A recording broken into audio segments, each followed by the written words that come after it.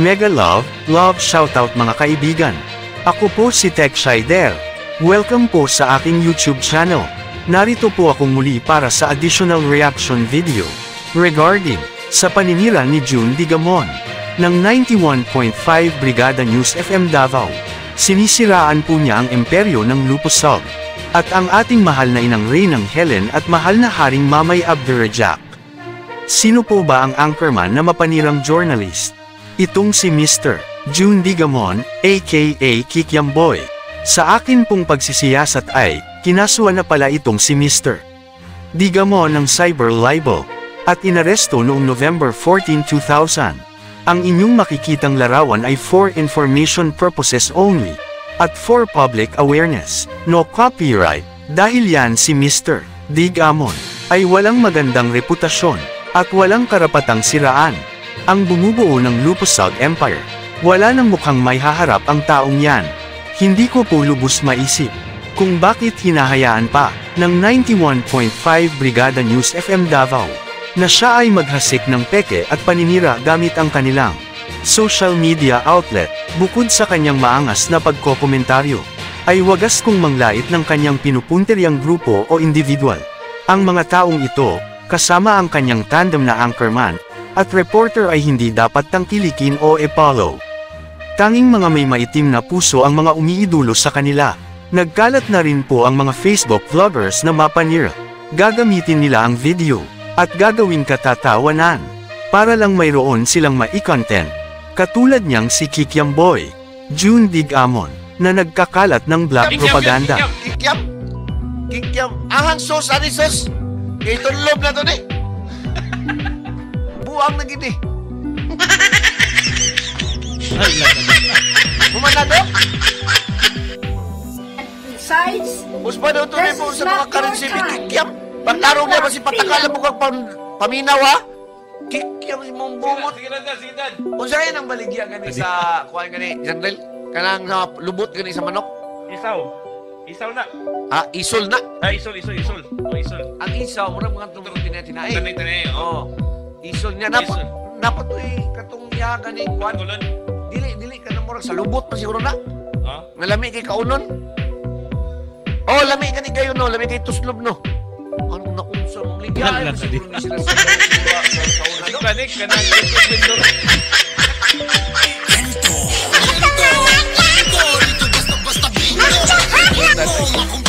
Ha? Unsa tarungan to paminaw ba kikiam ka karon mabugal-bugal tani ha? Kikiam currency. Sa to dyan. Imo siya kikiam no. Wa po na ko naklaro pong paminaw po. Dahil, nasara ko dyan. Ano ay pag ay sige kaya ka diya. Di kuno na mo ha, seryoso ni. Nasara. Kikiam ka karon. currency, because today we have the plate, the blue plate of our ancestors in the printing of all the 72 currencies of the world. I am declaring also the release of the quintal money, which has been printed a long time ago. I am calling all the people of the central bank. Tarong nga General Bak. Kingdom money sa to? Ha? Kingdom money mo to? Kingdom money o kikiam? Hala ka di. Kento. Sa wala na kulang ani. Dito basta bindo.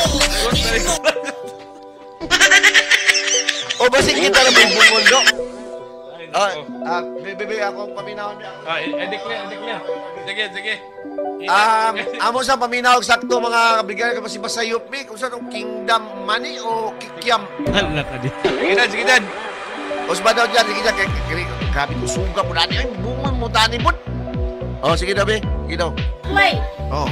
of our ancestors in the printing of all the 72 currencies of the world. Oh.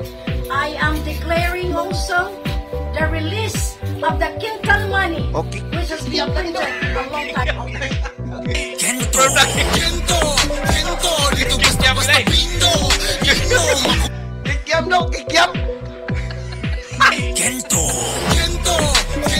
Dito basta bindo.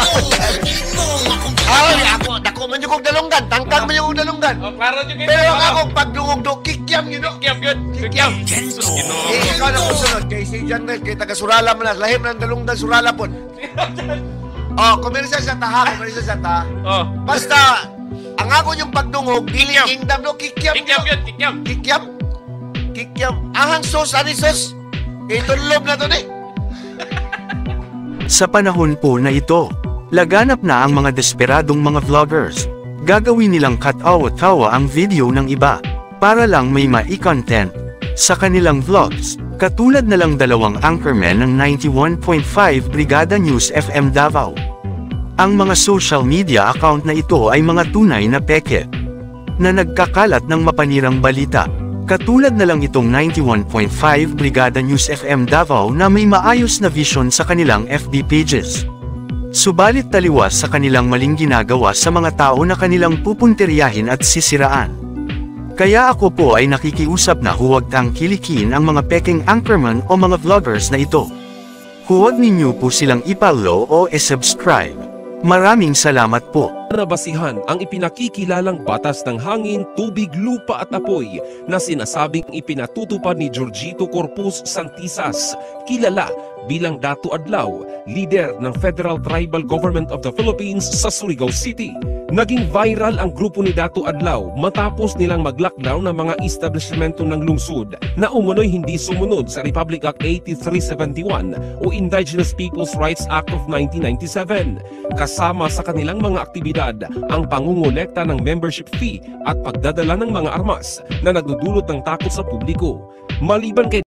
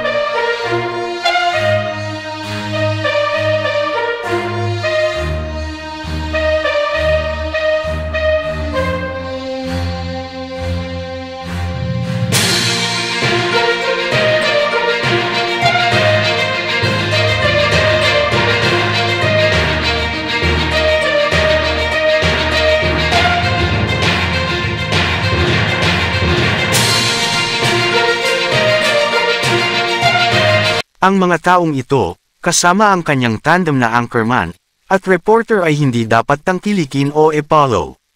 Tanging mga may maitim na puso ang mga umiidolo sa kanila. Nagkalat na rin po ang mga Facebook vloggers na mapanira. Gagamitin nila ang video at gagawing katatawanan para lang mayroon silang mai-content.